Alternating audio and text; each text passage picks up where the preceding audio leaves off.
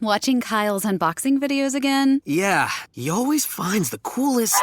No way! A robot dog? Gotta ask where he got it. Or use your Samsung Galaxy S24 Ultra. Just draw a circle around the dog on your screen, and it shows you where to buy it right in the app. Whoa, I just learned a new trick. And that for once, I beat Kyle to the next big thing. Circle it, find it with the new Galaxy S24 Ultra and circle the search with Google. Get yours now at Samsung.com. Internet connection required. Results may vary based on visuals. They're so paranoid that somebody in the class is going to be headed over to the dean's office after class by something they said in an approved curriculum, and it's going to get traction, then we've got the tail wagging the dog. Preparing them in the way that we need to with the trigger warning should be universally talked about in terms of what that is. It can't just be student-driven. And I don't think we're preparing the student for life. So what do we do about it?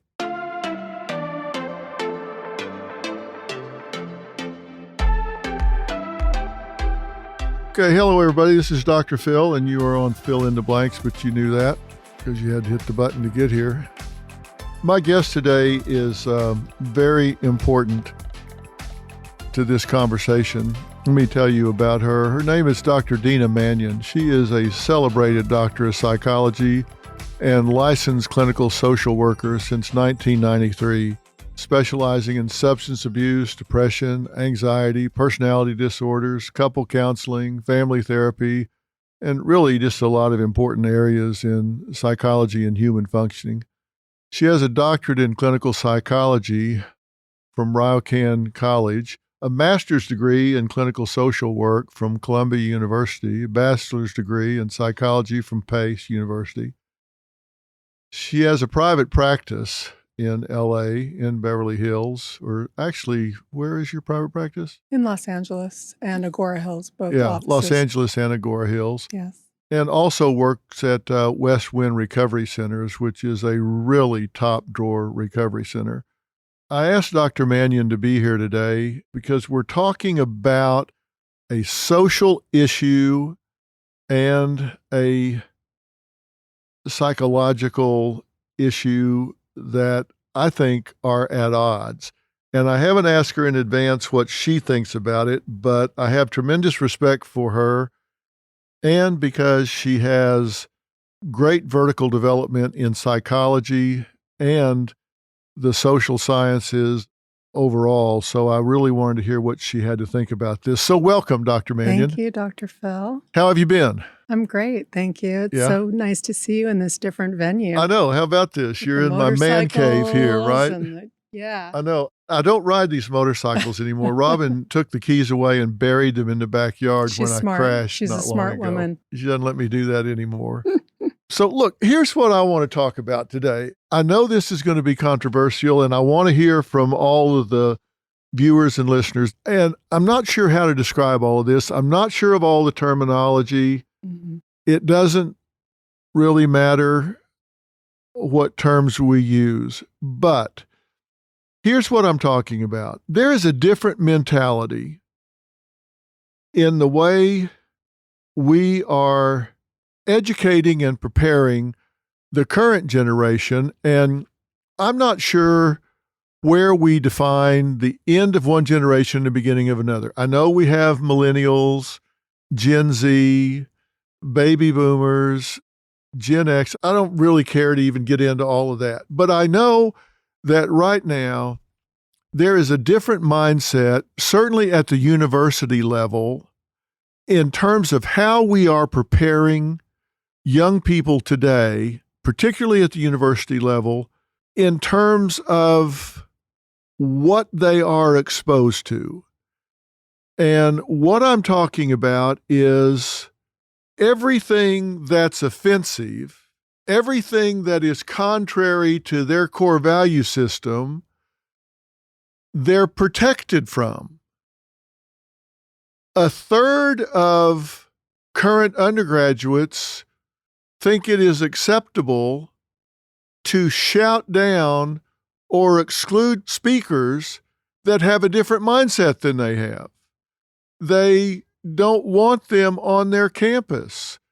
We have students that are turning in complaints about professors that present different points of view than the students hold to be their core values. After the presidential election, we had universities all over the country that had comfort suites.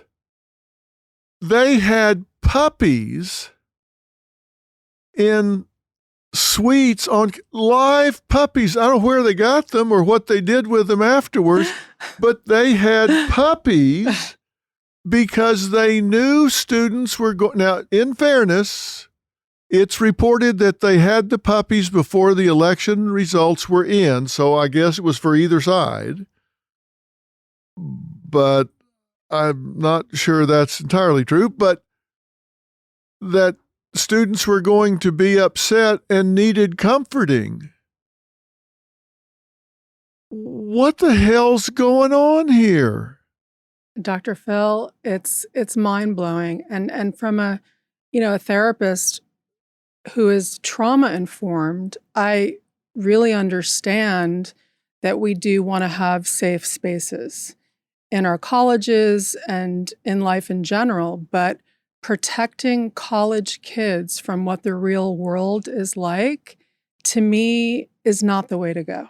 I'm Katie Maloney, I'm 37, a divorcee, and I'm out here falling in love every day with myself. And I'm Dana Cathan, 33, former needy mess, and delusional Leo, but I've never been happier. Never been happier. You know that. Good. The foundation of this podcast is for people who want to live their life unapologetically. It's a safe space for anyone who's going through a transition in their life or just dealing with the regular bullshit. It's a religion. We're not saying that we're looking to start a coven, but that might be why we started this podcast. But we're not saying that. Join our cult. Community. The coven. Religion. Okay, let's just stick with community. Listen to the podcast. Listen to the podcast.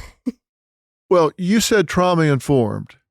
I totally get that. Let's talk about what constitutes trauma.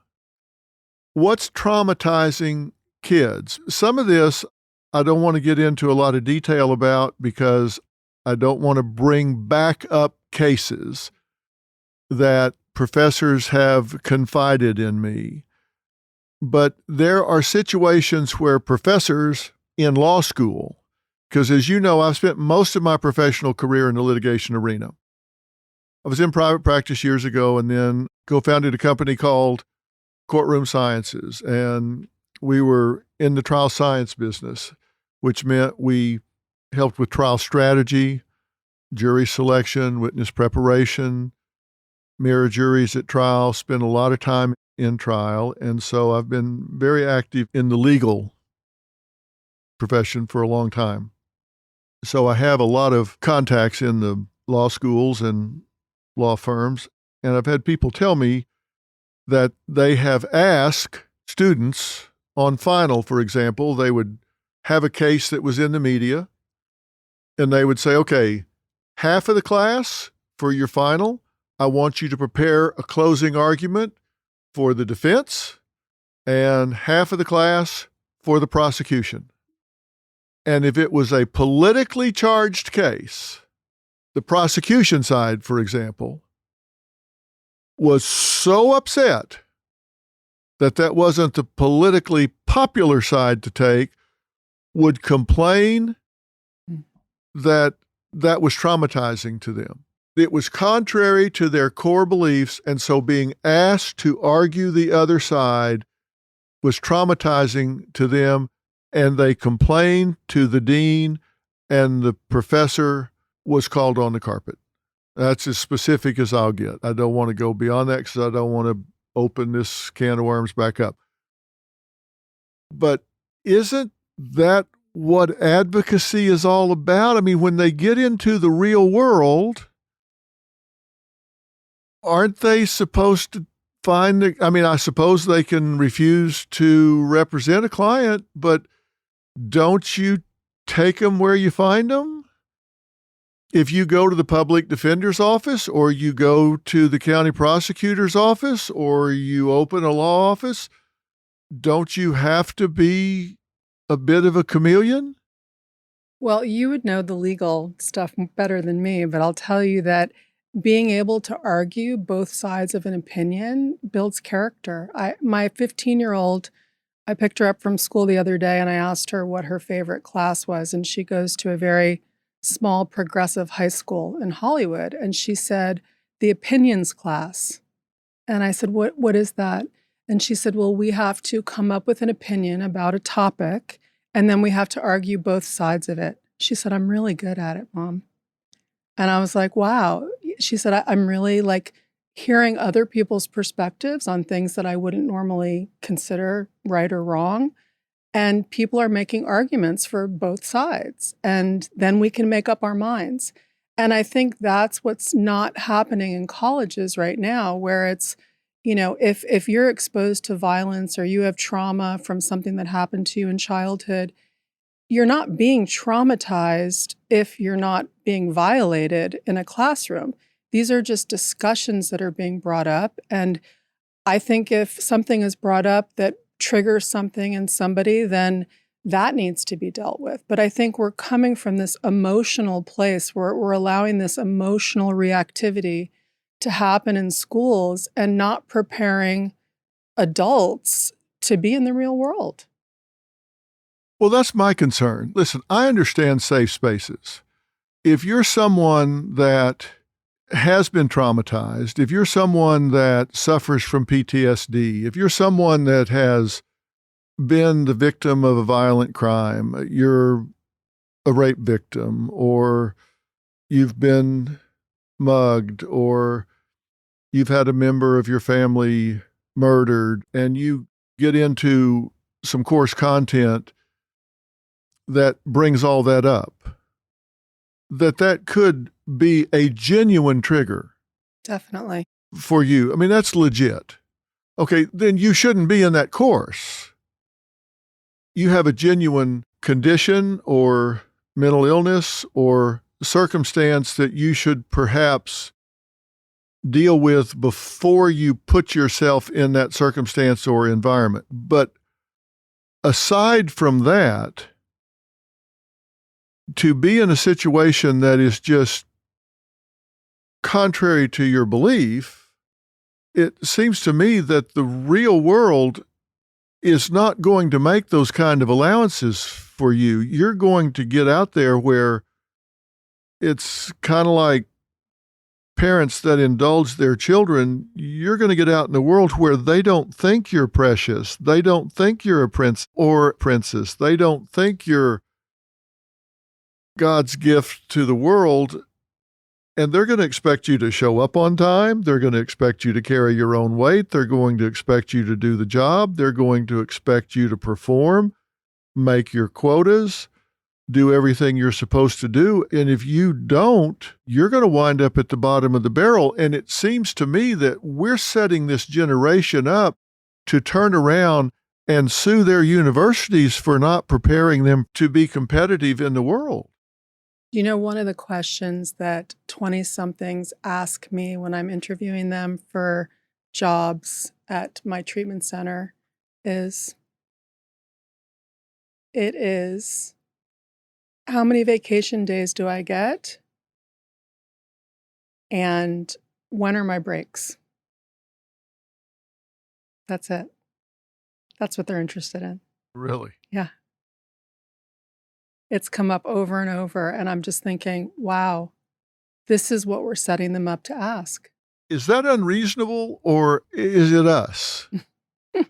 Well, I sure didn't grow up that way. I'm not sure how you grew up, but I grew up with a strong work ethic and with parents that were self-made and, learning how to deal with adversity and deal with bullying and deal with things that happened at school or in relationships. And I learned by doing. I learned by experiencing. And I think if we take away the experience, how are they going to learn? They're just going to be entitled and thinking that the world owes them something.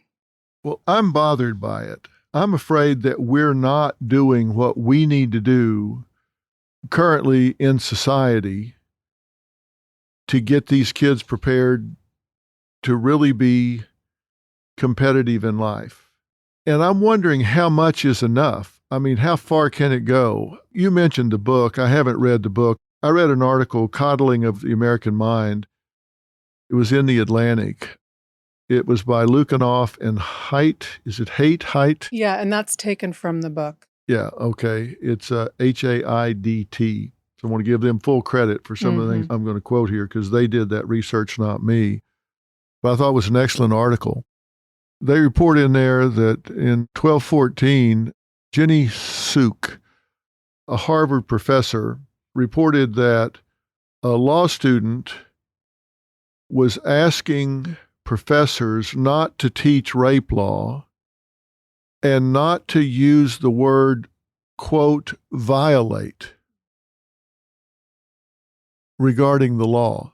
Not violate about rape, but just not violate law because those were triggers. The word violate was a trigger. So they were saying, don't use the word violate the law. It makes no sense.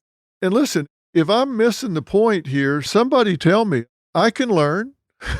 I can learn, but if you're talking about, I'm going to cite you because you violated the law, which you can't say that anymore. I'm going to cite you because you broke the law, but you don't say violate the law.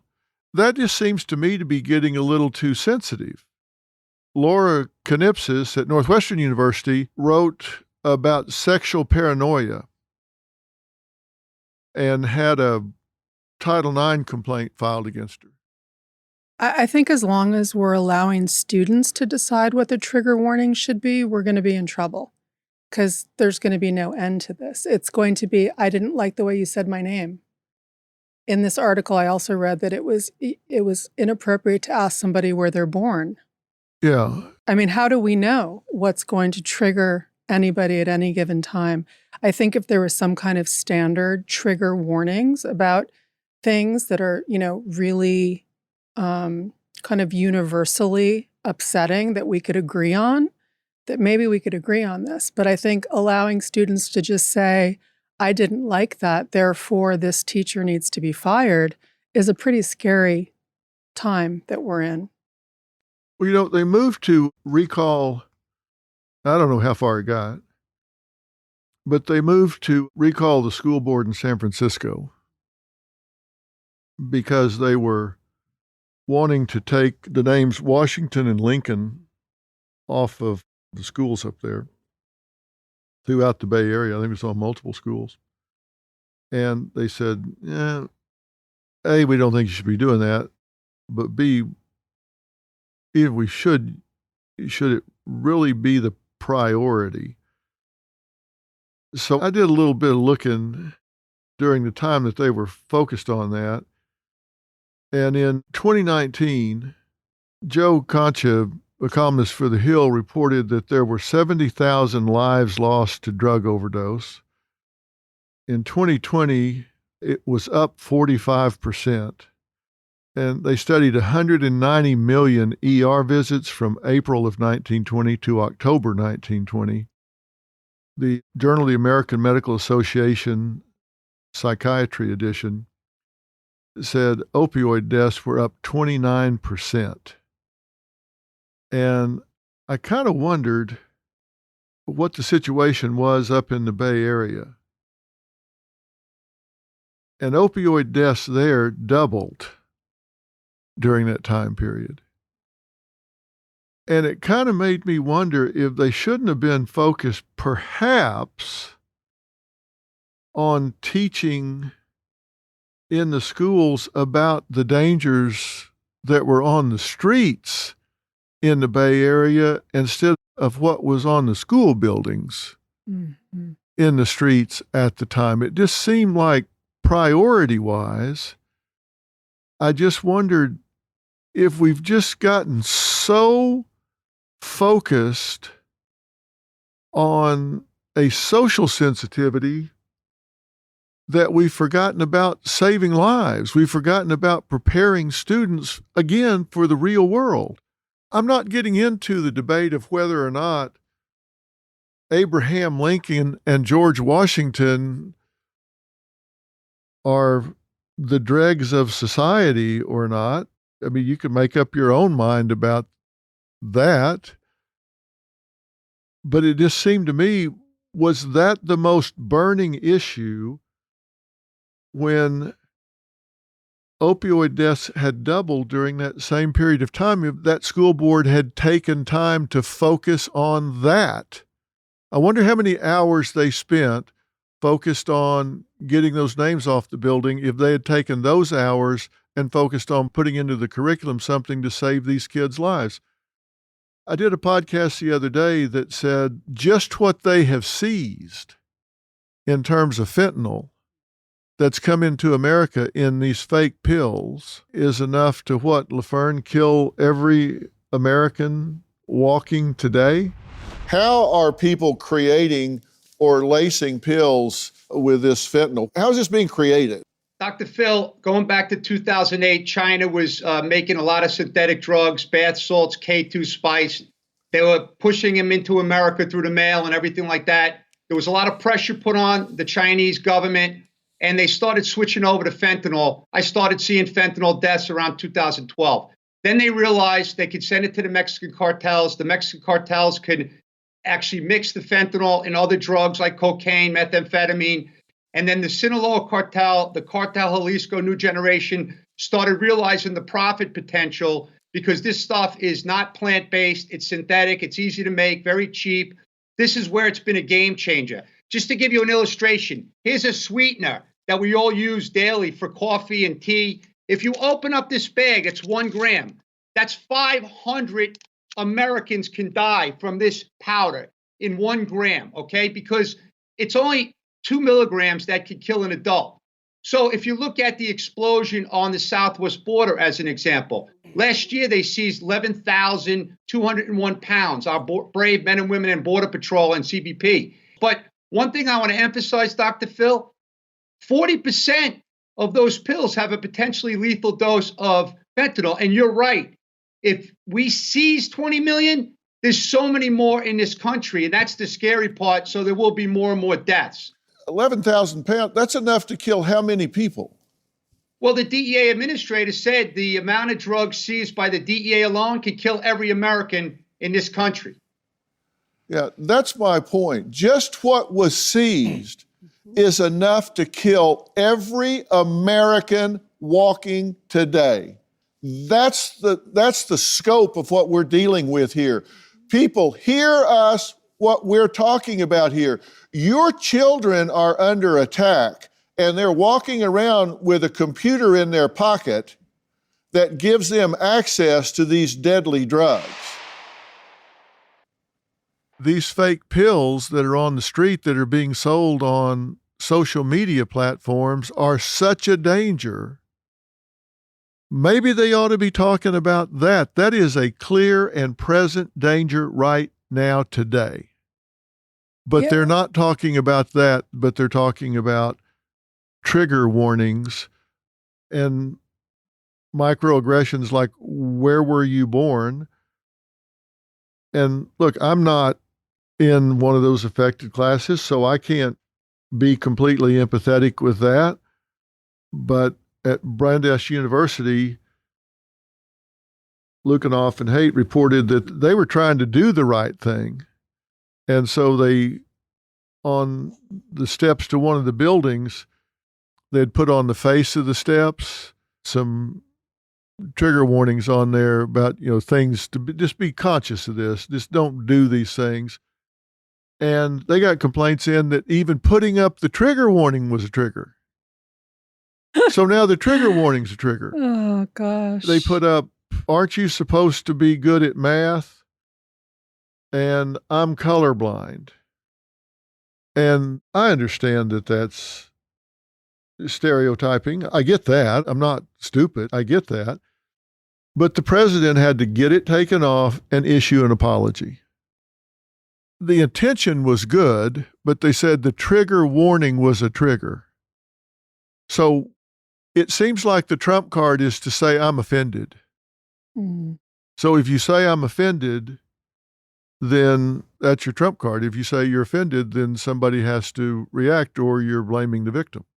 I mean, we're all offended every day by something different, right? So But part of what you said before I thought was interesting, and I wanted to kind of weave it in terms of the fentanyl piece and taking a pill to just numb out. And I think part of what we're talking about here is this idea that you don't have to work through anything. I loved in the article when they talked about using cognitive behavioral therapy as a way to teach young people how to think about things differently. Because when you're reacting from an emotional place or something that offends you and you just act based on that, you're not actually going to either talk through or work through or listen or understand what somebody else is saying.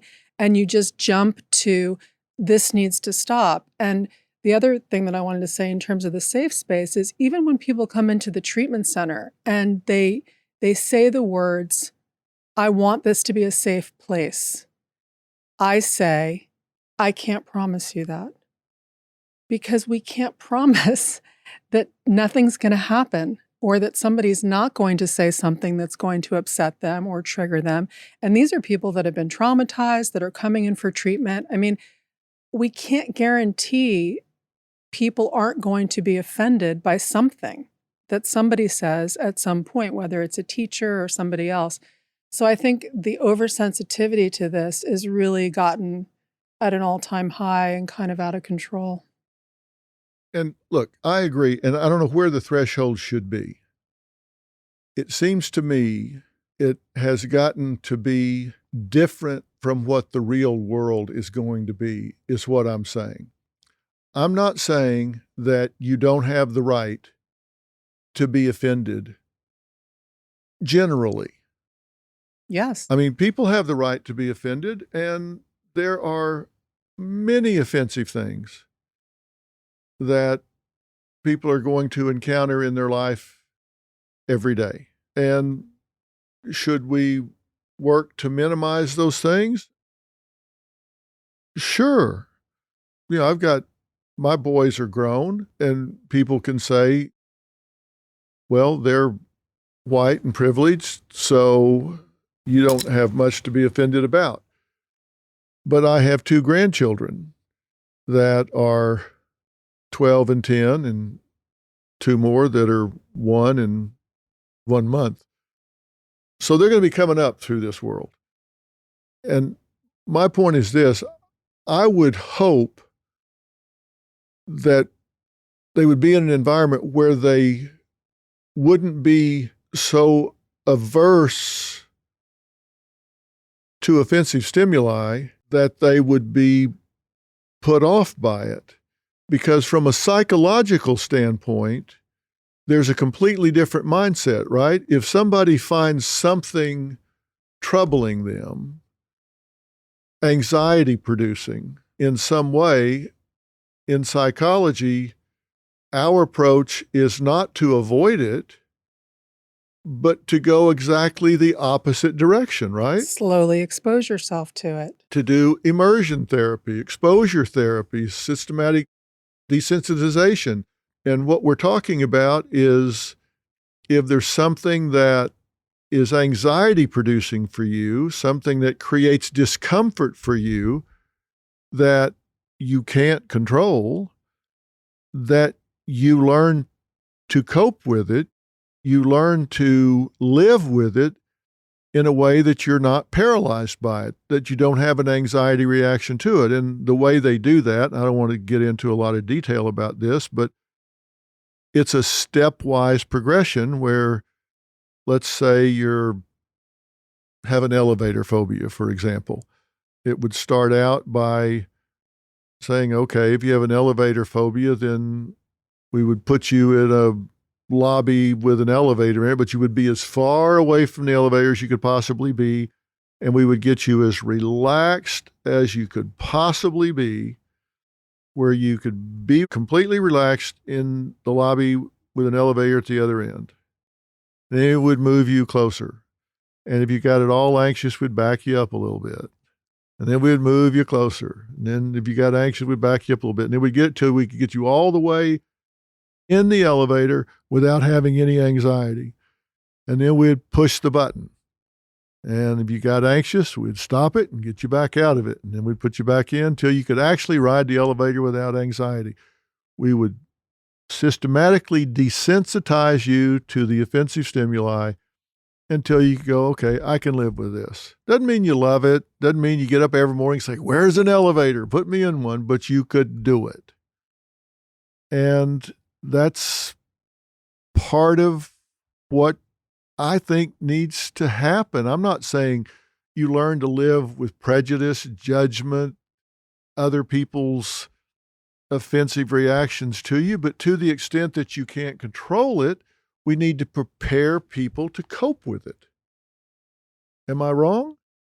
I agree totally. And I think, several years ago when we had this whole like bullying campaign, zero tolerance in schools for bullying and all of this. And, I had a teenager who was experiencing bullying. And, one of the things that really set her up for success was actually learning how to deal with the bullying, not necessarily having the administration stop it, because we know that that doesn't happen, but how to actually deal with it. And by learning new coping skills, she learned how to have a voice and how to deal with it and different things that she could put into place. But if we just got the bully out of the school, she would have never learned any of that. And so I think there's always going to be a bully. There's always going to be somebody who says something offensive. That elevator could have stopped mid-trip when we're trying to have that person not be afraid of elevators. Like we can't control this stuff. We have to learn how to deal with these things as they come up and how you cope. And I think we're not teaching our youth how to cope with anxiety, with depression. I mean, one of my kids the other day said, well, all my friends are depressed. All of them. And I was like, what does depression mean? And she couldn't describe what that meant. So it's just a word that they're all using. I'm going to kill myself. I'm suicidal. These are things that kids are saying now that it's like we're desensitized to it because everyone's saying it. So I think, we have to figure out a way to help teach our kids how to cope with diversity and prejudice and bullying and offensive language and all of it to make them a well-rounded, strong person. You said something that was really important about you could get the bully out of the school, but who's going to take the bully's place? And then when they get out of school and they get in the workplace, who's to say the boss isn't going to be a bully? And then you're going to replace the boss? Right. I've always said, and I said this in a podcast the other day, if I had two applicants in front of me that I was considering for the same job, and they were matched in every way, age, intelligence, experience, in every way, except one of them had a college degree and the other one didn't. Even if the college degree was in a totally irrelevant field, I would probably be somewhat favorable towards the college graduate for this reason. Until now, what I would know about the college graduate based on my own experience is I would know that, number one, they could set a long-term goal. They could meet deadlines. They could work as part of a group, and they could get along with authority figures they did not like, because it's their job to get along with the professor, not the professor's job to get along with them. And I don't know that about this candidate over here. I do know it about this one over here, because based on my experience, certainly in graduate school, I walked around the last year with my resignation letter on my clipboard. So I know that there's a lot of pressure, and I know that they had to do those 4 or 5 things. Maybe this person's had to do that, but maybe not. I know this about this person. Now I don't know that about college graduates anymore, because I know if they went according to the coddling of the American mind, they reported in 2015 the school year that all 10 of the University of California schools, they had a list of trigger statements to avoid, and one was, you can no longer say America is the land of opportunity. I'm sorry? You can no longer say, I believe the most qualified person should get the job. What can we say? I'm serious. That means we can no longer advocate for a meritocracy. So now what do I know about someone that's been through the college experience? I don't. They've gotten a trophy for everything they've done. Yeah. I know a lot of comedians that won't go on the college campuses anymore. Chris Rock won't go. Jerry Seinfeld. Yeah. Kirk Fox is a good friend of mine, a really good comedian. Ron White, good comedian, just says they can't take a joke. It's just not worth it. They can't take a joke. Dave Chappelle said they cannot take a joke. And I don't think it's just college students. I think we're in a canceled culture in general. And so these are the kids that are, coming up. Steve Harvey says, I'm not doing comedy anymore. Really? Yeah. Says he's not doing any stand-up anymore. I love Steve Harvey. Yeah, he's one of my best friends. Oh, I didn't know that. Yeah, yeah, he's one of my best friends. And he says, I'm not doing It's not doing comedy sad. anymore. Yeah. I mean, we have to laugh at ourselves. I mean, part of, being in therapy, and, having my private clients. I mean, one of the things that we do is laugh about our character defects. We have to kind of be able to laugh at ourselves and, and live life lightly. I mean, this seems all so serious. It's like, where's the levity? Where's the humor? Where's, being able to experience that comedy and laugh and not, cancel everyone. Yeah, I worry about the cancel culture because it seems to me it's gotten to the point that you punish anyone that violates one of this moving bar, even accidentally. Yeah. And when I say accidentally, sometimes the vocabulary changes, sometimes how to refer to a certain population changes, and what was acceptable at one time, what was maybe even in the DSM at one time, is no longer considered. Maybe it never was, but to the general population or the clinical population it was. If you slip or get your verbs wrong or whatever, then you've dehumanized someone.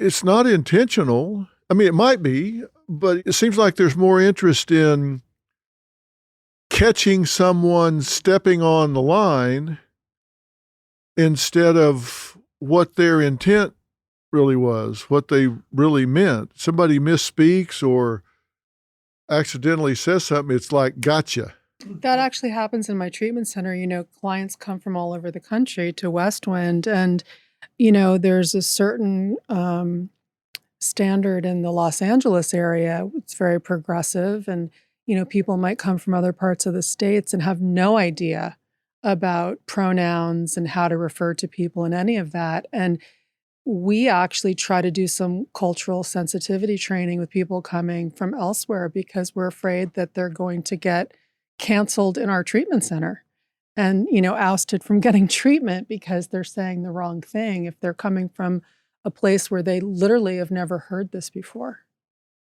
So yeah, it's I think it's about education, and it's also about personal preference. Like, not everybody is going to want to be referred to in the same way. Not everybody's going to be offended by the same thing. And how are we really supposed to know unless somebody tells you personally and directly? Yeah, and if you're a hammer, everything looks like a nail. And so if you've got this one issue, it's like, boy, you're on point for every word, everything. And I think we just need to be more forgiving. The whole thing about being a social justice warrior, and there's a professor at North Carolina State, and I don't know how to pronounce his last name. I think it's Nacoste. It's Nacoste. I've read several of his articles. It's Rupert Nacoste at North Carolina State University. He says, if you're going to be a social justice warrior, then you need to be focused on bringing communities together. And it's not about attacking someone. That shouldn't be a badge of honor. That shouldn't be the thing where you're the social justice warrior, so you're nailing somebody. That's not the idea. It's about building coalitions and bringing communities together. And if you haven't read anything by him, I really suggest that you do. There's this whole idea, I think, of this kind of gotcha cancel culture that has gotten way out of hand. However well-intended it may have started, I think it's gotten way out of hand. And I just think that we need to have a more forgiving spirit about each other. And if I think about it from a psychological standpoint, I think about it's actually pathological thinking that's going on in the universities, because we're telling people to avoid those things that are intimidating to them, as opposed to learning to accommodate to, overcome, cope with, deal with, find some way to master those things so they don't give their power away. We're also telling them to impulsively act on their emotions, not think through things, not be thoughtful about things, but just react to your emotions. And we can't walk through life doing that. I mean, that's not the way life works. We have to think through our emotional state and be able to respond appropriately in society. And I think we're teaching them that they don't need to do that. Everybody can be offended. And I don't want people to hear me or us saying that anytime someone is offended, that it's a paper tiger, because that's not true. There are legitimate situations where people have experienced legitimate trauma. To do something that calls that trauma to the forefront and creates a legitimate mental, emotional, physiological reaction is very unfortunate and something that should be avoided at all cost. If you know that it's coming and you can tell somebody about it, then great. Then they can avoid that. And if there's something in a course description that lets somebody know, hey, we're going to cover a book in here that deals with rape or molestation or home invasion or something that hits really close to home, then by all means, Opt out. give the person the opportunity to say, I want to avoid that. And if someone is in a situation where they have been traumatized in a legitimate way, and we can provide a healing, nurturing, safe environment for them, we should do that in the educational environment. But there has to be some kind of threshold. If you're so hypersensitive, so fragile that virtually anything a professor says, they're so paranoid that somebody in the class is going to be headed over to the dean's office after class by something they said in an approved curriculum, and it's going to get traction, then we've got the tail wagging the dog. And I don't think we're preparing the student for life. So what do we do about it? What's the solution?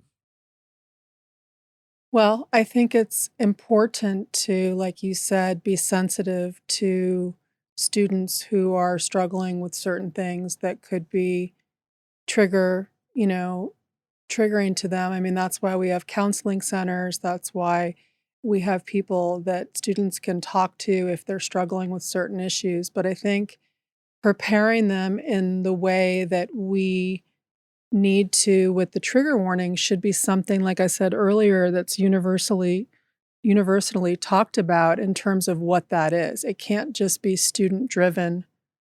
I think there should be more guidelines put in place as to what that looks like, just like parental guidance warnings on TV shows and things like that. I think if we just let this kind of be student driven, we're going to be in trouble. I think so. It seems to me that universities were designed to bring together different ideologies. And if you look at the Socratic method, you had to examine your own undocumented beliefs. Okay, let's challenge these. Let me hear the other side. I was born and raised in the Baptist church. I didn't stay in the Baptist church my whole life, but I was born and raised in the Baptist church. And I recall one time I was reading a book about Satan. And I read a lot when I was young. The pastor saw me reading the book about Satan, and oh my God, they called my parents. They visited the home that night. They wanted to know what was going on. And I said, well, you're talking about it all the time. I thought, this is the enemy. Study the enemy. I grew up as an athlete. I studied the opponent all the time. If this is the enemy, I wanted to, you shouldn't do that. You shouldn't do that. You shouldn't Why not? You talk about how Satan will sneak up on you. You're not going to sneak up on me. I'm going to know what this sumbitch has on his mind every minute. I was stunned that this pastor did not want me reading about Satan. I really was. It's like, it wasn't a pro-Satan book. It was a negative Satan. It was about, here's all the tricks and traps and all that kind of stuff. And so the Dr. Phil personality has not changed over time. Apparently not. To my parents' credit, they said, yeah, well, thanks for stopping by, but you're not censoring what the boy's reading. At least it's not a comic book. But see, you just mentioned something that's so critical, which is the parental influence in addition to the school, right? So that is so important. So if we're going to teach our kids that to do this in this way, it's got to start with the parents, I think. And it starts at that young age where we're teaching them everybody's a winner. You get a trophy for everything. If you're offended, I'll call the school and get that teacher fired. I mean, that's what we're dealing with now, as opposed to, hey, you need to learn how to deal with this. It seems to me the first step that I would have advocated in some of these situations is if the student came in and said, I found this to be offensive, then make your case. And clearly, if it's blatant bigotry, if there's it doesn't have to be racial, whatever it might be, then look at it. If it's a pattern of behavior, then you deal with it. If it's not, then you try to have the two resolve their differences. Is this your intention? Figure it out. Hopefully the two can resolve the situation. That's part of the maturity of the student having a difference. Now, understand there's a difference in power between the student, and if they're making an anonymous complaint and they don't want to face the teacher and fear for their grade or whatever, I understand that. But to the extent that the student can resolve these things themselves, they need to do that. They need to own that. If it's a situation where there's a power imbalance, I get it, but they need to be held accountable for what's the real issue. You just can't put something in the complaint box and walk away. You've got to stand for the complaint. You got to give a rationale for it. And there's got to be more to it than just, I was offended, Bob student. And you may or may not get your way as a result. I mean, it might not go your way, and then you have to deal with that. As I've said, if it's a legitimate thing, then certainly accommodations can be made, but we need to prepare these students for the real world. Psychology says they need to be tough enough to learn to cope with and accommodate to things in life that they're not going to like. They're not going to like everything. Everybody's not going to get a trophy. And that's not going to make everybody happy, but they're not happy anyway. they're not happy anyway. Yeah. Now, is there a point that you believe we should start teaching these kids how to cope with anxiety, depression, stress, cyberbullying, these issues as part of the curriculum in school? Definitely. I mean, I think, cognitive behavioral therapy, even though I practice from an eclectic, point of view, I believe that cognitive behavioral therapy is the most researched therapy. It's probably the easiest to understand and to put into practice because it's very, systematic in terms of how it works. But to change your thinking about something and not just act on your feeling, but to actually check it, make sure that it's not distorted in some way, hear what some other, possibilities are, and start to really look at, is this just me and the way that I feel? Is this something that, like you said, is something that needs to be pursued and dealt with? And I think that we just need to teach our children how to gain skills to cope with adversity, prejudice, bullying, all of these things, being offended, and that it doesn't make it right, but it teaches them how to cope with it, whether that's making the complaint or whether that's dealing with it, onto themselves, or whether it's addressing it or whatever it is. I think to give them some skills other than just call somebody out on social media and try to get them canceled.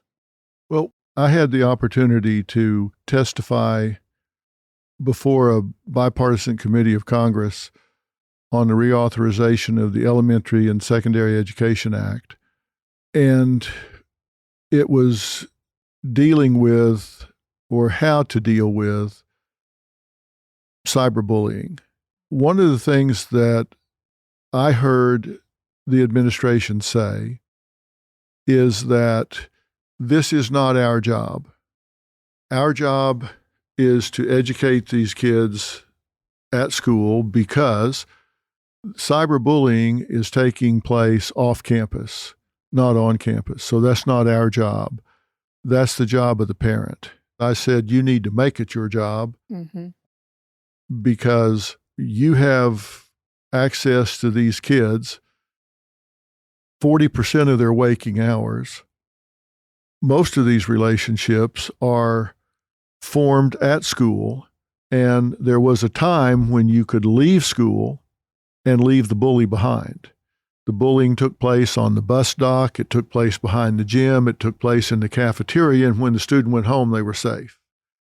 Now, the cyberbully can follow them home, and the parent thinks they're back there in their bedroom doing their homework when in fact they're on some chat group or whatever from school with people saying, we hate you, you're ugly, kill yourself. And too often it has happened that they go back there and find their child, boy or girl, 7th or 8th grade, hanging themselves in their closet, dead. I've had many a story that I've had to do on the show where they've shot themselves or hung themselves. And I'll never forget one mother, not 50 feet from here, her son shot himself in the face. It started with the name calling. Brandon had used a .357 Magnum. When I saw him, the first thought that went through my mind is he looks on the outside now like he has felt on the inside for so long. These were all kids from school saying terrible things to him on the internet. And I think, again, the schools can help so much if we can teach kids the early warning signs of anxiety, depression, stress, learned helplessness, interpersonal violence. You get these kids in 7th or 8th grade and they get in these relationships and think, oh my God, I'm loved so much because he's calling me 50 times an hour. They don't realize there's early warning signs of abuse here. You need to spot this and recognize it, and how to deal with a bully, how to defuse a bullying situation, bystander responsibilities when there are bullying situations, how to cope with these things.